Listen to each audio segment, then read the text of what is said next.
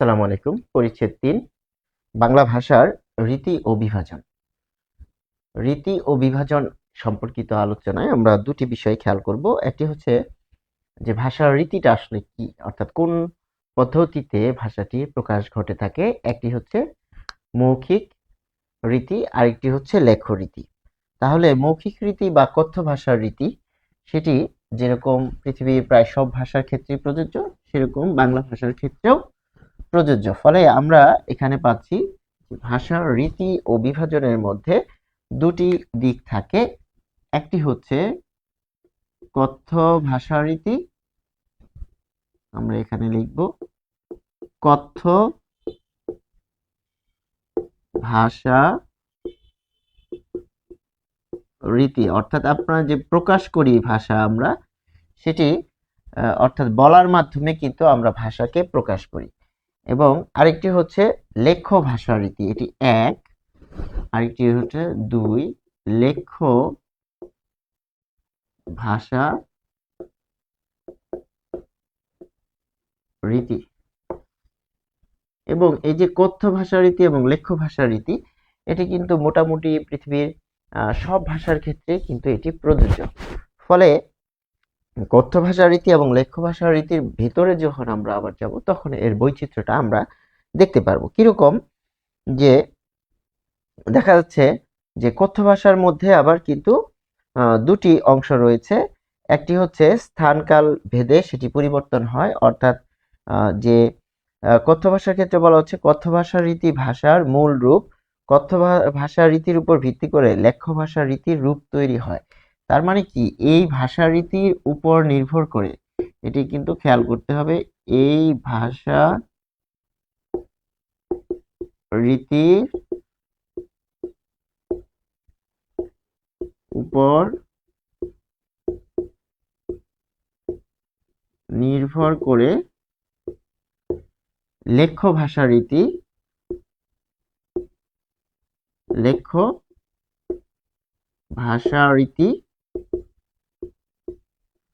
প্রয়োগ করা হয় বা লেখ্য ভাষা রীতির রূপ তৈরি হয়। আমরা উদাহরণ দেখব। অর্থাৎ কথ্য ভাষা রীতি বলতে কি বোঝাচ্ছে, অর্থাৎ যেটি আমরা বলছি, তাহলে আমরা বলার ক্ষেত্রে দুটি ভাষা এখানে প্রয়োগ করি। একটা হচ্ছে প্রমিত বা মান, আরেকটি হচ্ছে আঞ্চলিক ভাষা। আঞ্চলিক ভাষার আরেক নাম কি? উপভাষা। তাহলে কথ্য ভাষা রীতির পরিবর্তনের ফলে নতুন ভাষা ও উপভাষার জন্ম হয়। কথ্য ভাষা রীতি এটি হচ্ছে পরিবর্তনশীল। এটি উদাহরণ দিলেই আমরা স্পষ্ট হব। কিরকম? ধরা যাক রংপুরের ভাষা আর সিলেটের ভাষা। তো রংপুর এখানে যদি লিখি রংপুর, আইটি হচ্ছে ধরেন যে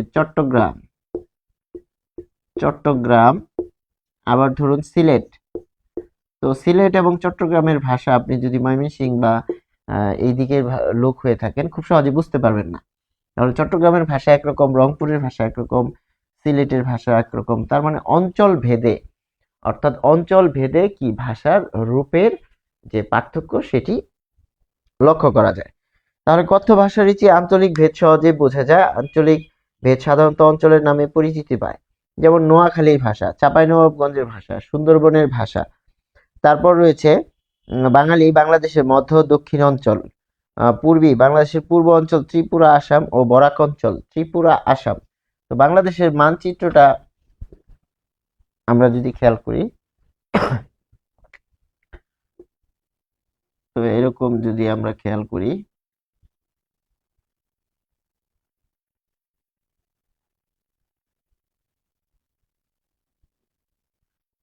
তো এইদিকে একটু এরকম এসেছে, তারপরে এরকম এসেছে। তো এরকম যদি আপনারা খেয়াল করেন যে আরো এরকম যদি থাকে, এরকম থাকে, তাহলে বাংলাদেশের মানচিত্রটা এরকম যদি আমরা এইদিকে আর একটু এরকম থাকে দেখানোর চেষ্টা করি, কাছাকাছি এরকম, তাহলে এটি যদি হয় ঢাকা, তাহলে দেখবেন যে এখানে রয়েছে আসাম, ঠিক আছে?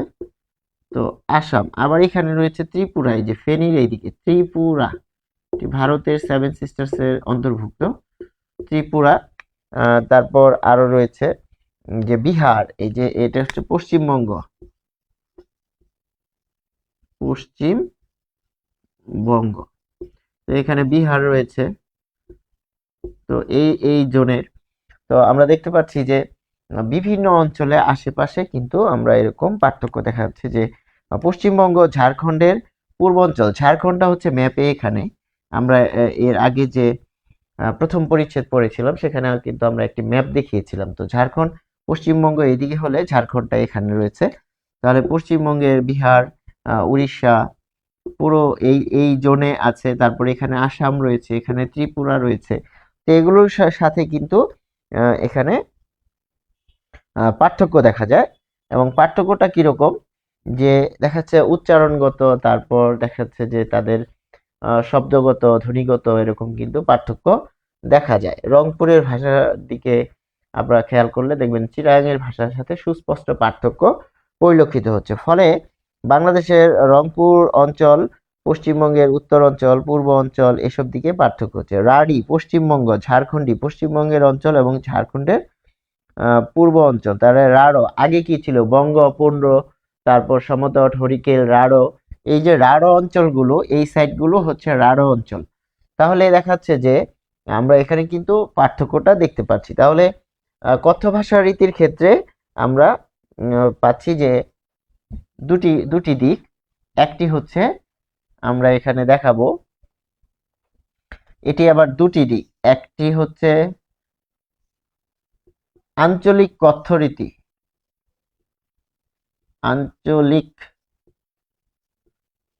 কথ্য রীতি, এটার প্রমাণ আমরা একটু পরেই দিব।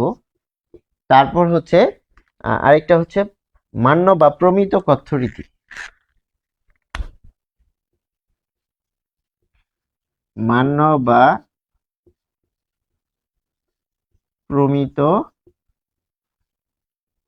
কথ্য রীতি। খেয়াল করুন যে এটা কোনটা। এটা হচ্ছে ধরুন যে আপনি রংপুরে গেলেন, সেখানকার মানুষ যে ভাষায় কথা বলছে সেটা হচ্ছে আঞ্চলিক কথ্য রীতি। এবার ধরুন যে আপনি ঢাকা বিশ্ববিদ্যালয়ে পড়েন, তো ঢাকা বিশ্ববিদ্যালয়ে আপনি ক্লাস করতে গিয়েছেন, সেখানে সব জেলার লোক আছে, রংপুরের আছে, চিটাগাংয়ের আছে, সিলেটের আছে। আপনার ক্লাসে ৬০ জন স্টুডেন্ট, ৬০ জন ৬০টা ডিস্ট্রিক্ট থেকে এসেছে। এবার আপনি বলুন যে সেখানে শিক্ষক কোন ভাষায় কথা বলবে।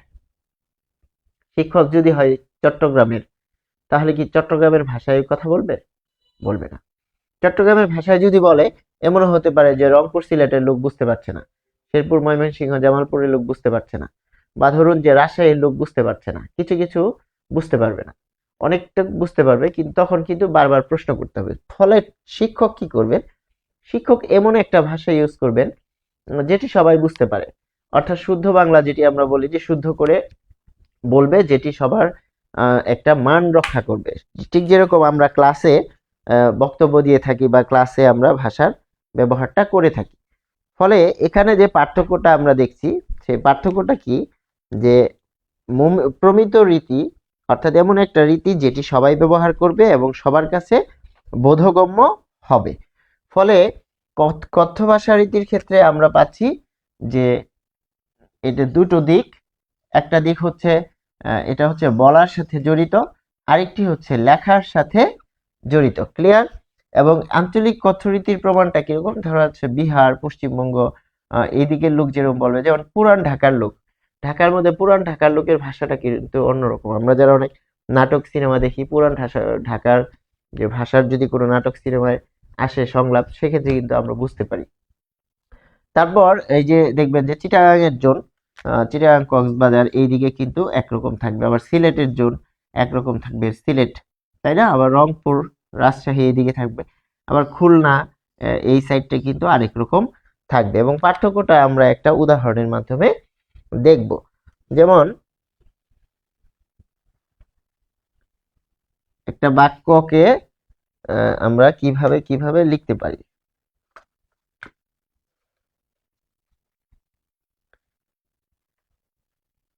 খেয়াল করুন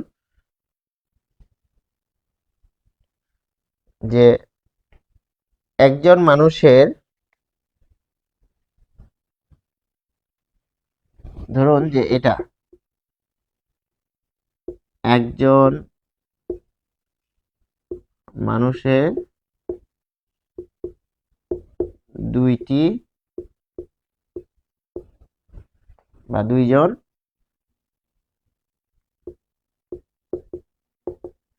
ছেলে ছিল। এটি আমরা প্রমিত রীতিতে লিখলাম। দেখুন খুলনা যশোর, খুলনা যশোর, খুলনা যশোরের লোক কি বলবে? একজন মানসির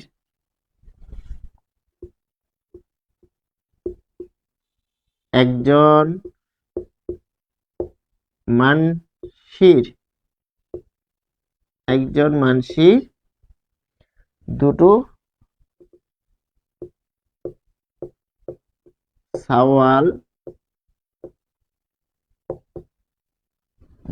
সওয়াল ছিল। এখানে কিন্তু হসন্ত আছে। এটা হচ্ছে খুলনা যশোরের লোকজন বলবে একজন মানসির দুটো সওয়াল ছিল। তাহলে দেখুন এটি যখন আবার আমরা সিলেট বলবো, সিলেটের লোক কিভাবে বলবে দেখুন। সিলেটের লোক বলবে যে এক মানুষর দুই পোয়া আছিল। এক মানুষর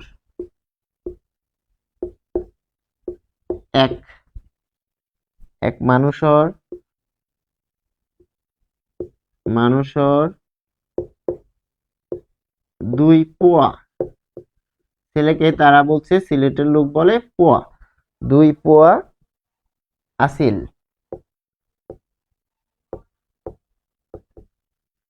দেখুন তাহলে এখানে কি পাচ্ছি? দুটো আর এখানে দুই, সাওয়াল। সিলেট, এখানে খুলনার লোক বলছে সাওয়াল আর সিলেট বলছে পোয়া। তাহলে মানুষের, এখানে মানুষের কি হচ্ছে? মানসির, আর এখানে হচ্ছে মানুষর। ঠিক এরকম ভাবে একজনের দুই পুত আছিল। ময়মনসিংহ,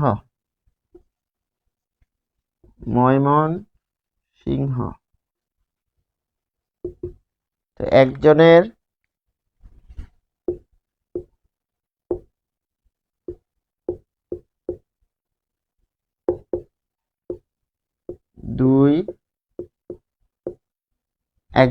দুই পুত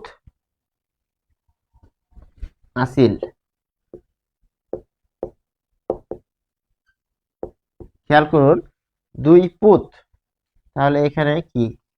এই যে পার্থক্যটা আমরা দেখছি যে অঞ্চল ভেদে পার্থক্যটা দেখা যাচ্ছে, তাহলে সেটি কিন্তু এখানে পার্থক্য রাখছে। একজনের দুই পুত আছিল।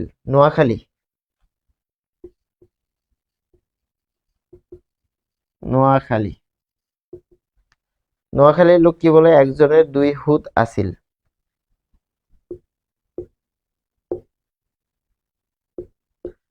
একজনের দুই হুত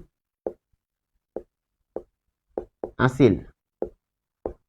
তাহলে দেখুন দুই হুত, পার্থক্যটা কোথায়? তো এরকম আমরা যদি আরো দেখি যে সিলেট, ময়মনসিংহ, চট্টগ্রাম এগুয়া মানুষের দুয়া পোয়া আছিল। চট্টগ্রাম, এটা এখানে লিখবো চট্টগ্রাম কি বলছে? যে চট্টগ্রামের লোক বলে যে এগুয়া মানুষের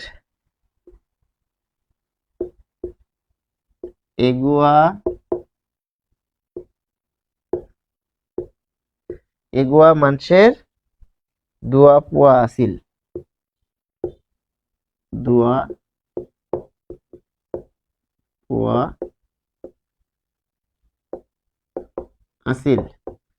তাহলে খেয়াল করুন যে একটা দেশের মধ্যে যদি এরকম পার্থক্য থাকে, তাহলে মানুষের দুয়া পোয়া। খেয়াল করুন চট্টগ্রামের লোক এখানে মানুষের কে বলছে মানুষের, আর দুইজনকে বলছে দুয়া, ছেলেকে বলছে পোয়া। খুলনা যশোর মানসির সাওয়াল, ছেলেকে বলছে সাওয়াল। সিলেটের লোক বলছে এক মানুষর অর্থাৎ মানুষের, এটাকে বলা হচ্ছে মানুষর দুই পোয়া আছিল। ময়মনসিংহ বলছে একজনের দুই পুত পুত আসিল। নোয়াখালী বলছে একজনের দুই হুত আসিল। ফলে এই যে আমরা দেখছি যে ভাষার যে পার্থক্য, সেটি কিন্তু প্রমিত যে রূপ সেটি আমরা কিন্তু এখানে দেখা যাচ্ছে যে পাচ্ছি না, বরং আমরা এটি যে পাচ্ছি এই বিষয়টিকে কি বলা হচ্ছে, আঞ্চলিক যে কথ্যরীতি এটিকে বলা হচ্ছে উপভাষা। উপভাষা। তাহলে আঞ্চলিক ভাষার আরেক নাম কি? উপভাষা। এটি খেয়াল করতে হবে। তাহলে আমরা কথ্যরীতি অর্থাৎ যখন ভাষা বলছি, বলার জন্য ব্যবহার করছি, তখন আমরা এই দুটি অংশ পাচ্ছি। একটি হচ্ছে আঞ্চলিক কথ্যরীতি বা উপভাষা, আরেকটি হচ্ছে মান্য বা প্রমিত কথ্যরীতি। অর্থাৎ আপনি খুব সুন্দর করে শুদ্ধ করে যখন কথা বলছেন এবং সেটি সবার জন্যই বোধগম্য, একটা স্ট্যান্ডার্ড মেনটেন করা হচ্ছে যেন সেটা দিয়ে অফিস আদালত কাজকর্ম সবকিছুই করা যায়, সেটি হচ্ছে মান্য বা প্রমিত কথ্যরীতি। যেমন একজন মানুষের দুইজন ছেলে ছিল, এই যে এটি আমরা লিখছি মান্য বা প্রমিত কথ্যরীতি, সেটি হচ্ছে এটি। ফলে আমরা এখানে আরো বলতে পারি যে সভা, সেমিনার, জীবন জীবিকার জন্য আমরা এটি ব্যবহার করে থাকি। তো আমরা এখানে এটি মুছে দিব। তো আমরা এটি লিখব যে আজ আমি, তাহলে আজ আমি বাড়িতে যাব। দেখুন রবিবার থেকে রবিবার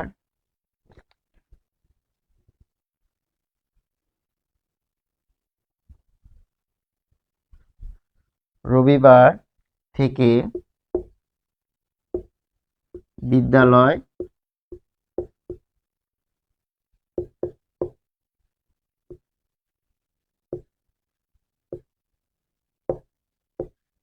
রবিবার থেকে বিদ্যালয় খোলা থাকবে। এই যে আমরা বাক্যগুলো লিখছি যে শহরে বা আমরা দেখা যাচ্ছে যে অফিস আদালত জীবন জীবিকার জন্য যে সাধারণ একটা স্ট্যান্ডার্ড ভাষা ব্যবহার করছি এবং যেটি সবাই আসলে বুঝতে পারবে এবং সবার জন্য বোধগম্য, সেটি হচ্ছে এখানে প্রমিত কথ্যরীতি। তাহলে ভাষার যে দুটো রীতি সেটি হচ্ছে কথ্য ভাষা রীতি, অর্থাৎ মুখে বলার সাথে সম্পর্কিত, এর সাথে কোনো লেখার সম্পর্ক না। এবং মুখে যে আপনি বলছেন তাহলে নিজের এলাকার ভাষায়ও কথা বলছেন। একটা লোক বাড়িতে গিয়ে একরকম ভাবে কথা বলে, আবার সে যখন বিশ্ববিদ্যালয়ে চলে আসে বা অফিসে চলে আসে তখন কিন্তু আরেক ভাষায় কথা বলছে। তার মানে এটা বলার সাথে সম্পর্কিত। কথ্য মানে বলার সাথে সম্পর্কিত। এবারে আসুন যে বাকি অংশটা কি, তো সেটি হচ্ছে লেখ্য ভাষা রীতি। তাহলে লেখ্য ভাষা রীতি কিসের সাথে জড়িত? যে এখানে বলা আছে যে বাংলা সাহিত্যের প্রাচীনতম নিদর্শন চর্যাপদ, তাই প্রায় 1000 বছর আগে লেখ্য ভাষার কাব্য রীতিতে এটি রচিত হয়েছে এবং প্রয়োজনে ক্রমে লেখ্য গদ্য রীতির জন্ম হয় এবং লেখ্য ভাষা রীতি হিসেবে সাধু রীতি প্রভাবশালী হয়ে ওঠে। আমরা যে দ্বিতীয় পরিচ্ছেদে কিন্তু এটা বলেছিলাম যে দেখুন লেখ্য রীতি বাংলা সাহিত্যের প্রাচীন তিনটা যুগ, এক হচ্ছে প্রাচীন, দুই মধ্যযুগ এবং তিন হচ্ছে আধুনিক যুগ। আধুনিক যুগ এটি আমরা একটু ব্যাখ্যা করি যে শিক্ষার্থী তোমাদের যে বাংলা বইটি আছে সেখানে কিন্তু একটি বঙ্গবাণী একটি কবিতা আছে, তো সেটি প্রায় সপ্তদশ শতকের দিকে রচিত। তাহলে যত রচনা আছে প্রাচীন যুগ থেকে মধ্যযুগে সব রচনা হচ্ছে পদ্যে রচিত। পদ্যে, তার মানে আগে লেখ্য ভাষা ছিল না। কিন্তু 1757 সালে কি হয়, নবাব সিরাজউদ্দৌলা পতনের পর থেকে এই যে 1947, এই যে 190 বছর এখানে গেল, এই 190 বছরের মধ্যে ইংরেজরা প্রথমে এসে আস্তে আস্তে এখানে তাদের অফিস আদালত শাসন, অফিস আদালত প্রতিষ্ঠা, আইন আদালত সেগুলোতে কাজ করার জন্য লেখ্য ভাষার তৈরির জন্য কাজ করেছেন এবং সেখানে 1800 সালে এর জন্য একটি কলকাতায় কলেজ প্রতিষ্ঠা হয় যেটির নাম হচ্ছে fort William college. Fort William college. তো দ্বিতীয় পরিচ্ছেদে কিন্তু এটি আমরা বলেছি যে সেখানে কি এই যে বাংলা ব্যাকরণের প্রচেষ্টা, তাই না? 1833 সালে প্রথমে এসে গৌড়ীয় ব্যাকরণ বাংলায় লিখলেন, কিন্তু তার আগে কিন্তু ইংরেজিতে দুইটা লেখা হয়েছে। তারপর ম্যানুয়েল দ্য অসম সাউ, ওই সময় কিন্তু গদ্য রীতির দেখা যাচ্ছে চালুর চেষ্টা চলছিল, এবং তখন ঈশ্বরচন্দ্র বিদ্যাসাগরের হাতে এসে কিন্তু গদ্য রীতি একটু প্রাঞ্জলতা পায়। আবার 1914 সালে প্রমোদ চৌধুরী যখন লিখছেন, তার হাত ধরেই কিন্তু চলিত রীতির প্রবর্তন হয়। তার মানে কি, তার আগে ছিল সব সাধু ভাষা। তো চর্যাপদের ভাষাটা কিরকম? ধরেন যে আপনি বলেন টালত মোর ঘর, এখানে লিখলাম টালত মোর ঘর নাহি পড় বেশি, টালত মোর ঘর নাহি পড় বেশি, হাড়ি তো ভাত নাহি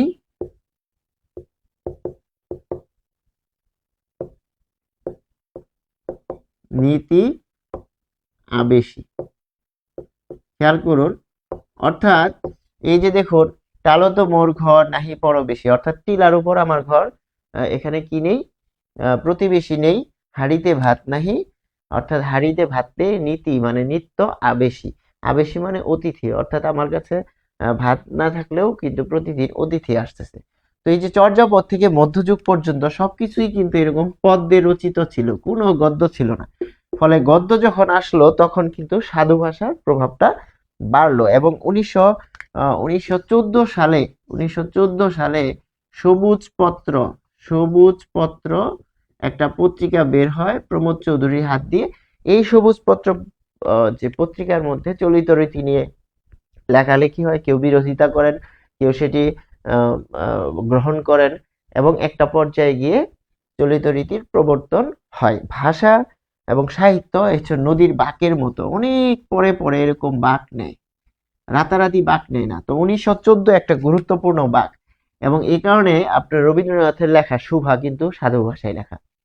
তাহলে আবার শেষের কবিতা উপন্যাস কিন্তু চলিত ভাষায় লেখা। তার মানে রবীন্দ্রনাথ সাধু চলিত দুইটাই লিখেছেন, কিন্তু তার অনেক রচনা সাধু ভাষায় লেখা প্রথম দিকে। ফলে সাধু ভাষা, চলিত ভাষা, তারপর বিদ্যাসাগরের অবদান, এভাবে আস্তে আস্তে আস্তে আস্তে কিন্তু একটা একটা ভাষা একটা পর্যায়ে গিয়ে দাঁড়ায়। যেমন একটা শিশু যখন প্রথমে স্বরে অস্বরে শিখে, পরে সে 9-10-এ গিয়ে কিন্তু ফিজিক্স কেমিস্ট্রি মতো কঠিন বিষয় পড়ে না? পড়ে। তার মানে কি, আস্তে আস্তে সময়ের সাথে সাথে সে অভ্যস্ত হয়ে ওঠে, বাক বদল করে। ফলে লেখ্য ভাষা রীতির ক্ষেত্রে আমরা পাচ্ছি যে 20 শতকের শুরুতে অর্থাৎ 1900 সালের দিক থেকে কিন্তু এই যে লেখ্য ভাষা রীতিটার প্রভাবটা বাংলাদেশে চলে আসে। এটা বাংলা সাহিত্যের ইতিহাস যারা পড়ে তাদেরকে এগুলো ডিটেলস পড়তে হয়, তো আমরা সেদিকে যাব না।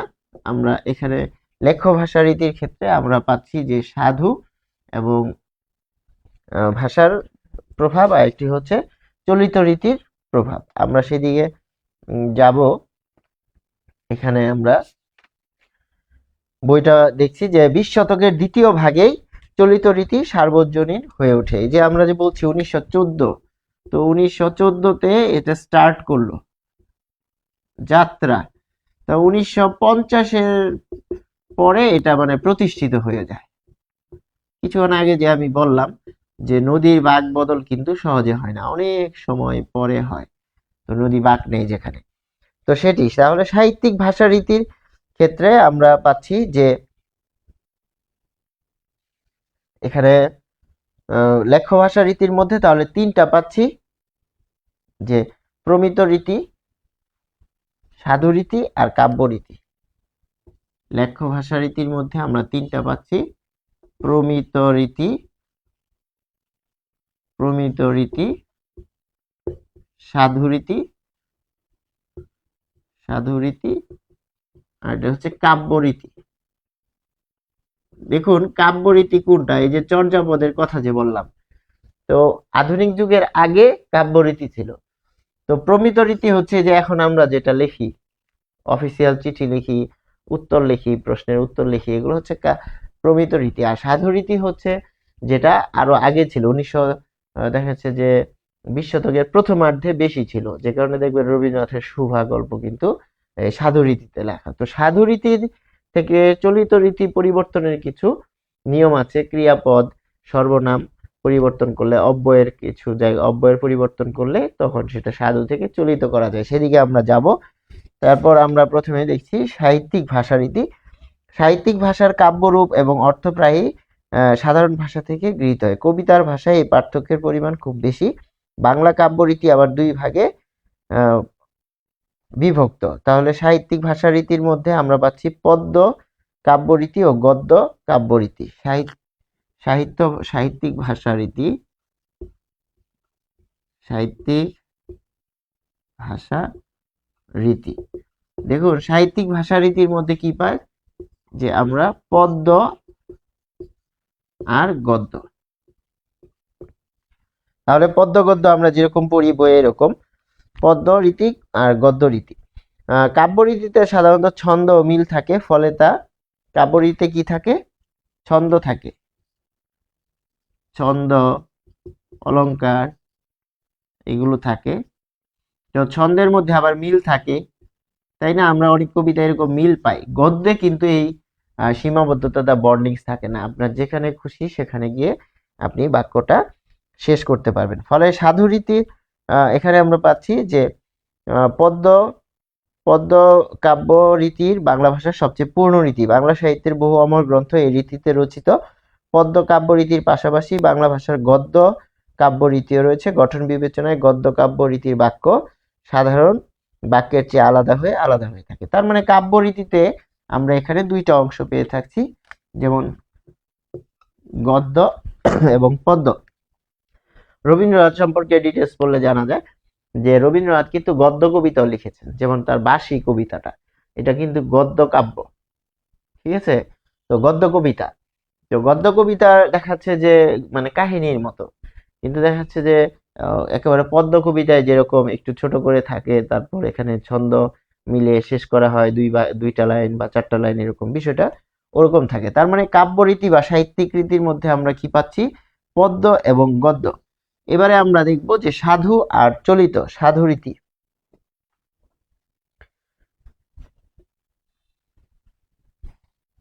সাধু রীতি কি, যে সাধুরীতি হচ্ছে দাপ্তরিক কাজ, রচনা, যোগাযোগ, জ্ঞান চর্চার প্রয়োজনে লেখ্য ভাষায় সাধুরীতির জন্ম হয়, এবং সাধুরীতির জন্ম হচ্ছে 19 শতকের শুরু। এর জন্য আমি বলছিলাম যে 1800 সালে ফোর্ট উইলিয়াম কলেজ প্রতিষ্ঠিত হয়, এবং এই কলেজের 9 জন পণ্ডিত ছিলেন, মৃত্যুঞ্জয় বিদ্যালঙ্কার, তারপরে রামনারায়ণ তর্করত্ন, দুঃখিত, তো মৃত্যুঞ্জয় বিদ্যালঙ্কার, আরো কয়েকজন ছিলেন, আমার এই মুহূর্তে নাম মনে পড়ছে না। তো দেখাচ্ছে তাদেরকে দায়িত্ব দেওয়া হয় যে আপনারা পাঠ্যপুস্তক রচনা করবেন। তো দেখাচ্ছেন যে সাধুরীতিতে আমরা কি পাচ্ছি, যে 19 শতকের দিকে কিন্তু যখন ওই যে ইংরেজরা আস্তে আস্তে ক্ষমতা দখল করে পুরো বিস্তার করে ফেললো ভারতীয় উপমহাদেশ, তখন গদ্যের প্রয়োজন পড়লো। কারণ আপনি যখন কাউকে আদালতে নিবেন, আপনার তো তার গদ্য লাগবে, তাকে তো বক্তব্য বর্ণনা করতে হবে, ওখানে তো কবিতার ভাষা চলবে না। ফলে গদ্যরীতি সাধুরীতির এটি যাত্রা শুরু করে সাধুরীতি দিয়ে, কিন্তু এখানে যাত্রা নেওয়ার করে এখানে গিয়ে একটা বাক বদল হয়। এই বাক বদলটা হচ্ছে চলিত রীতি, এটা 1914 সাথে কিন্তু সম্পর্ক। তাহলে দেখুন 1801 থেকে 1800 থেকে 1900 যদি বলি, ঠিক আছে, এই পর্যন্ত একটা সময়, এরপর কিন্তু 1914 পরে এই যে 1950-এর দিকে গিয়ে সে একবার প্রতিষ্ঠিত হয়ে যায়, সেটি হচ্ছে চলিত রীতি। ফলে প্রথম দিকে ছিল সাধুরীতি, এবং সাধুরীতির বৈশিষ্ট্যটা কি আমরা এখানে দেখব, যে সাধুরীতির বৈশিষ্ট্য। সাধুরীতি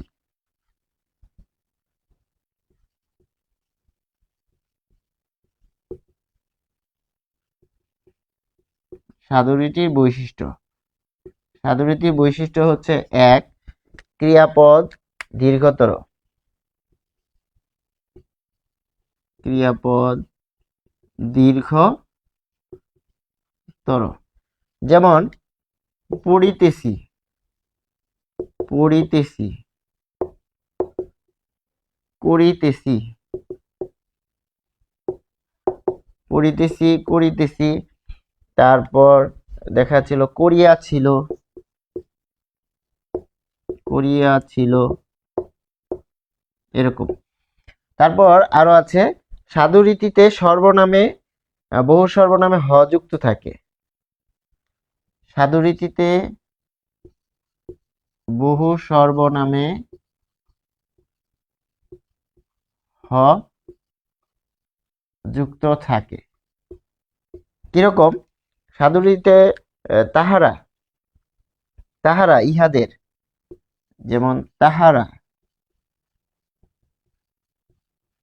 ইহাদের,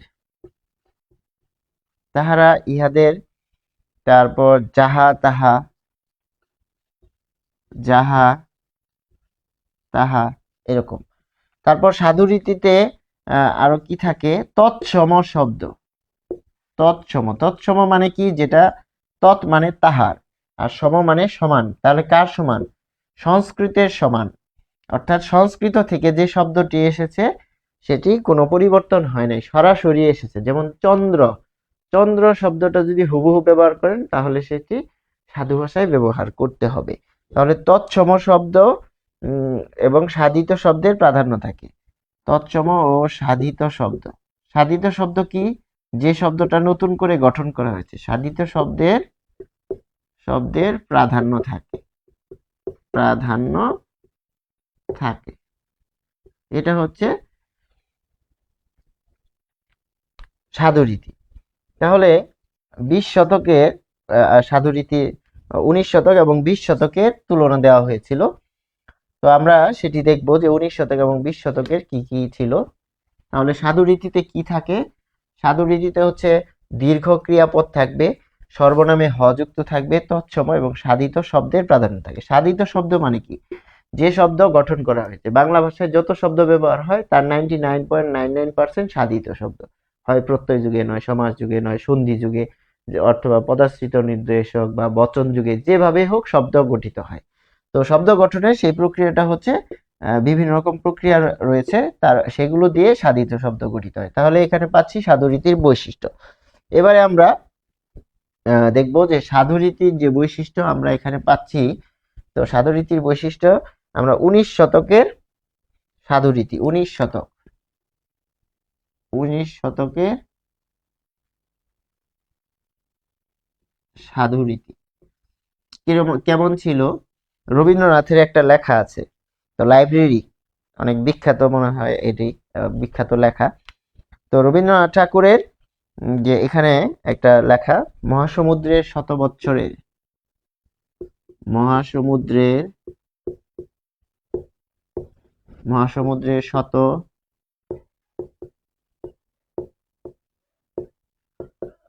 বৎসরের কল্লোল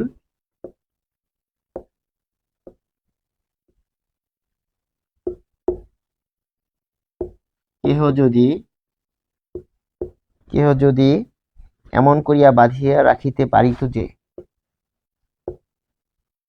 এমন করিয়া বাঁধিয়া রাখিতে পারিত যে, সে ঘুমাইয়া পড়া শিশুটির মতো চুপ করিয়া থাকিত। সে ঘুমাইয়া পড়া শিশুটির মতো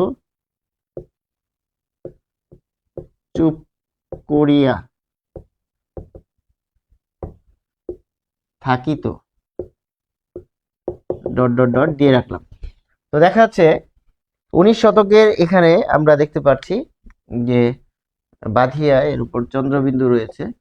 তো মহাসমুদ্রের শত বৎসরের কল্লোল কেহ যদি এমন করিয়া বাঁধিয়া রাখিতে পারিত, দেখুন যে কেহ, তারপর হচ্ছে করিয়া, বাঁধিয়া, তারপরে রাখিতে পারিত, ঘুমাইয়া, চুপ করিয়া থাকিত। এই যে দেখুন, এগুলি কিন্তু সাধুরীতির যে কিছু শব্দের আমরা নমুনা দিচ্ছি, যে করিতেছি, তারপরে বাঁধিয়া, ইয়া, দেখুন ইয়া প্রত্যয়টা কিন্তু এখানে থাকে কিসের সাথে? যে ক্রিয়াপদের সাথে। তো দেখাচ্ছে যে এটি কিন্তু বোঝাচ্ছে, কিন্তু এটিকে যদি আপনি সাধুরীতির যে উদাহরণ সেটিকে যদি প্রমিত করেন, তো প্রমিত করলে এটাকে কি হবে, এটা যদি প্রমিত করি, যতটুকু আমরা লিখেছি সেটাকে আমরা প্রমিত করব। আমরা সেটি উদাহরণটা দেখব যে প্রমিতটা এখানে কি হচ্ছে। এটার প্রমিত হচ্ছে মহাসমুদ্রের শত বছরের কল্লোল, মহাসমুদ্রের শত বছরের, আপনারা এটা খেয়াল করবেন 7 পৃষ্ঠায় নিচে রয়েছে। এই যতটুকু এখন লিখছি সেটি 7 পৃষ্ঠায়, এটা হচ্ছে 6 পৃষ্ঠায় আছে, 6 পৃষ্ঠায়, এটা 7 পৃষ্ঠা, 7 পৃষ্ঠার লেখা আমি এখানে আনছি কারণ হচ্ছে তুলনা করার জন্য। মহাসমুদ্রের শত বছরের কল্লোল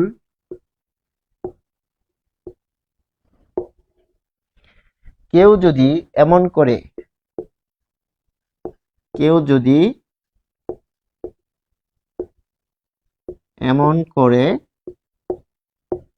এমন করে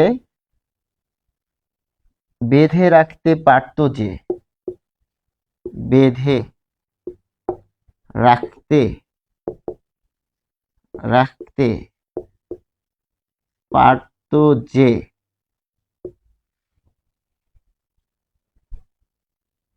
সে ঘুমিয়ে পড়া শিশুটির মতো, সে ঘুমিয়ে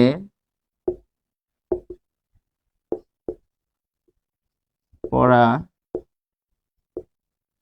শিশুটির মতো, সে ঘুমিয়ে পড়া শিশুটির মতো চুপ করে থাকতো, চুপ করে থাকতো। আচ্ছা, এ ডান পাশে যতটুকু লিখেছি বাম পাশে এতটুকু লিখেছি। দেখুন এখানে কি ছিল, মহাসমুদ্রের শত বছরের কল্লোল কেহ, আর এখানে হচ্ছে কেহ থাকলে হবে কেউ।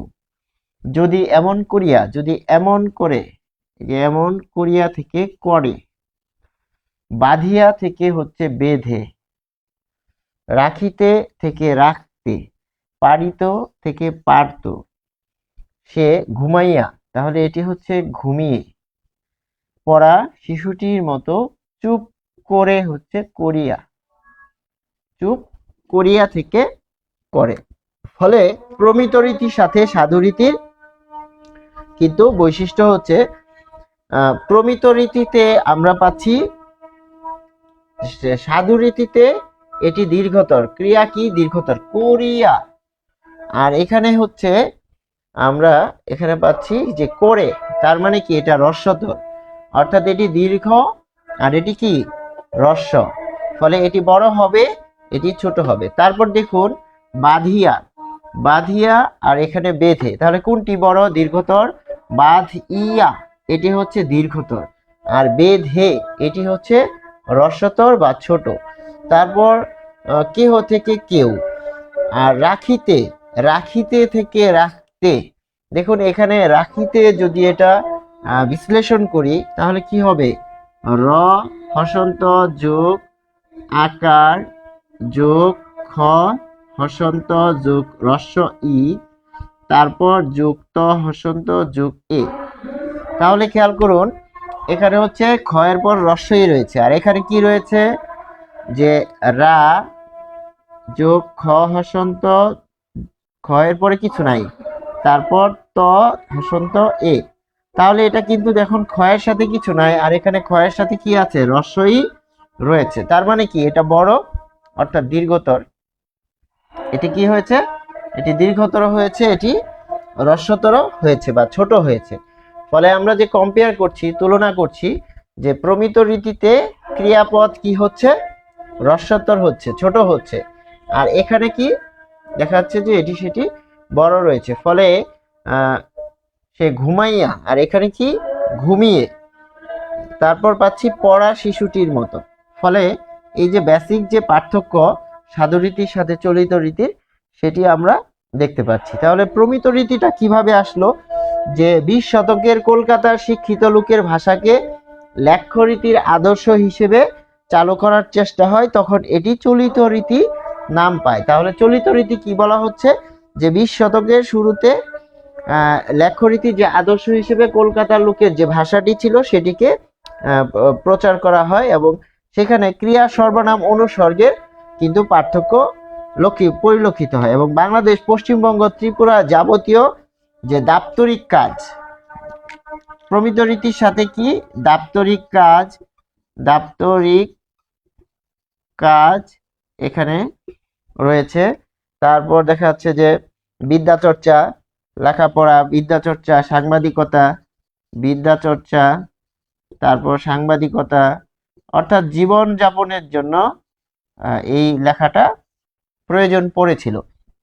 ফলে এটি আস্তে আস্তে স্ট্যান্ডার্ড ভাবে এখানে কিন্তু দাঁড়িয়ে যায়। ফলে চলিত রীতির সাথে সাধুরীতির যে বেসিক পার্থক্য সেখানে আমরা পাচ্ছি ক্রিয়াপদের পার্থক্য। তারপর সর্বনামের পার্থক্যটা আমরা এখানে দেখব, যে দেখুন এখানে প্রমিত রীতিতে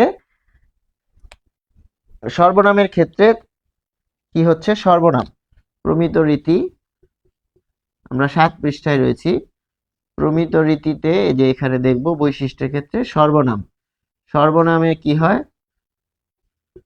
তারা, প্রমিত রীতির ক্ষেত্রে তারা, এদের, যা, তারা, এদের, যা, তা, ও, কেউ। তো এখানে সাধু ভাষায় কি হয়, তাহারা, ইহাদের এইভাবে পরিবর্তন হয়। প্রমিত রীতিতে শব্দ ব্যবহারে আলোচ্য বিষয় কিন্তু অনুসর্গের ক্ষেত্রে, আচ্ছা অনুসর্গ ক্ষেত্রে আমরা কি পাচ্ছি, অনুসর্গ এটা হচ্ছে প্রিপোজিশন, যেটা অনুসর্গের ক্ষেত্রে আমরা পাচ্ছি যে হতে, থেকে, হতে, সঙ্গে,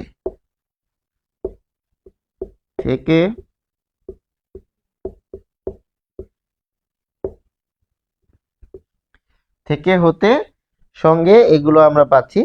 আর প্রমিত রীতিতে কথ্য রীতির বহু শব্দ এখানে বর্জনীয়, যেমন ধুলো থেকে ধুলো হবে না, এটা পরিবর্তন হয়ে হবে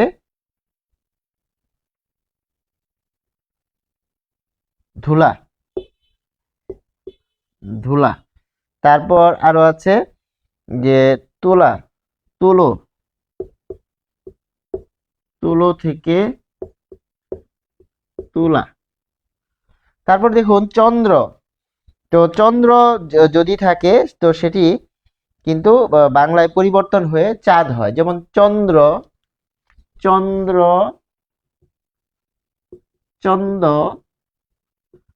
চাঁদ, চন্দ্র, এটি হচ্ছে তৎসম, এটি হচ্ছে অর্ধ তৎসম, আর এটা হচ্ছে তদ্ভব। তো তদ্ভব শব্দগুলো এই চলিত রীতিতে কি হয়, তদ্ভব শব্দের ব্যবহার বেশি হয়। ফলে আমরা কিন্তু এখানে এই যে পার্থক্যটা সেটি কিন্তু স্পষ্ট করলাম, যে সাধু রীতির সাথে চলিত রীতির পার্থক্য কিন্তু দেখা যাচ্ছে যে আমাদের খুব ইম্পর্টেন্ট ভাবে কাজে লাগে। তো দেখা যাচ্ছে যে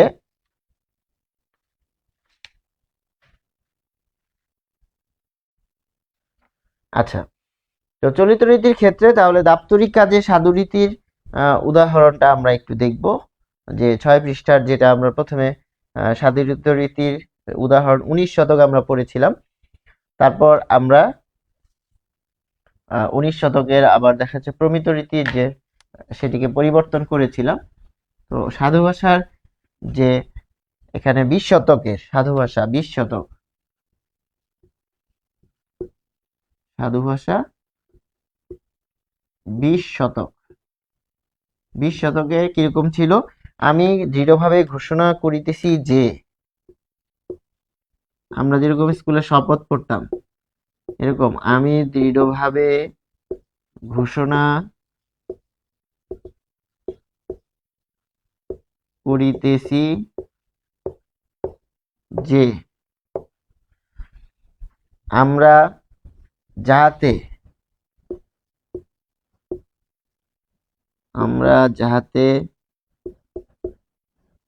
আমরা যাহাতে স্বাধীন সত্তায় সমৃদ্ধি লাভ করিতে পারি।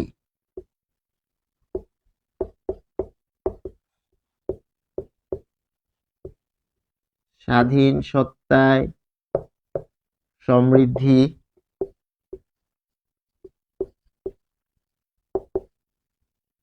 লাভ করিতে পারি।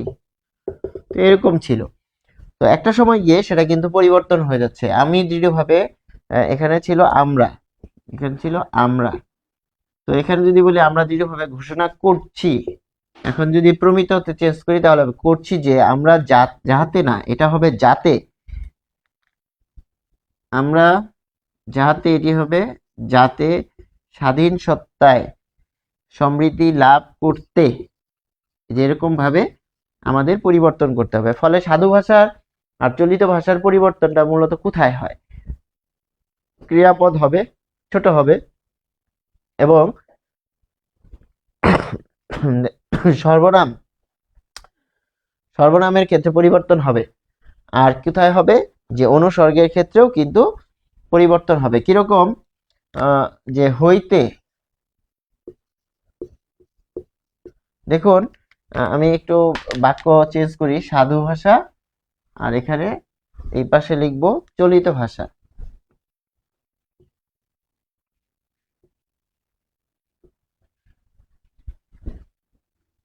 এখানে যদি লিখি বিদ্যালয় হইতে দুই পা ফেলিয়া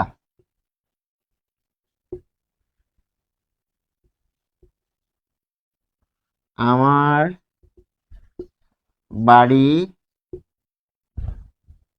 যাইতে হয়। আচ্ছা, আমার না দিয়ে তাহাদের দিলাম। একটা বাক্যে যাইতে হয়, একটা বাক্যে আমরা পরিবর্তন করে দেখিয়ে দিব কোথায় কোথায় পরিবর্তন হয়। তাহলে এখানে লিখবো বিদ্যালয় হতে দুই পা ফেলে, বিদ্যালয় হইতে দুই পা ফেলে তাদের তাদের বাড়ি যেতে যেতে হয়। তাহলে এখানে কি হচ্ছে যে দেখুন বিদ্যালয় হইতে দুই পা ফেলিয়া, তাহলে বিদ্যালয় হইতে, এই যে হইতে, তাহলে অনুসর্গ, হ্যাঁ অনুসর্গ, এটি হচ্ছে হইতে থেকে কি হবে হতে। তারপর ক্রিয়া ফেলিয়া, ফেলিয়া এটা হচ্ছে ফেলে, ক্রিয়া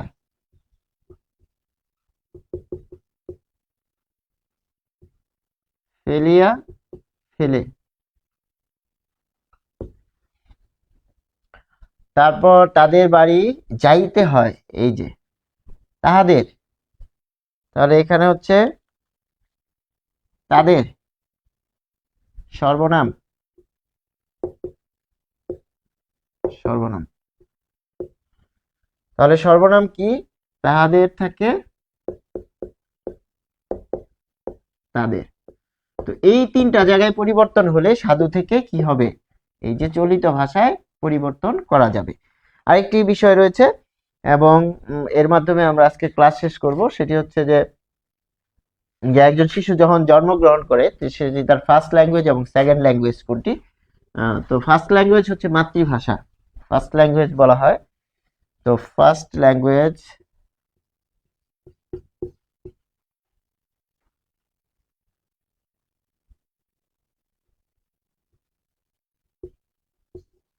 ফার্স্ট ল্যাঙ্গুয়েজ, যেমন শিশুর জন্মের পর যে ভাষা শিখে, তাহলে এটা কোনটা? এটা হচ্ছে উপভাষা, উপভাষা বা আঞ্চলিক ভাষা, আঞ্চলিক ভাষা।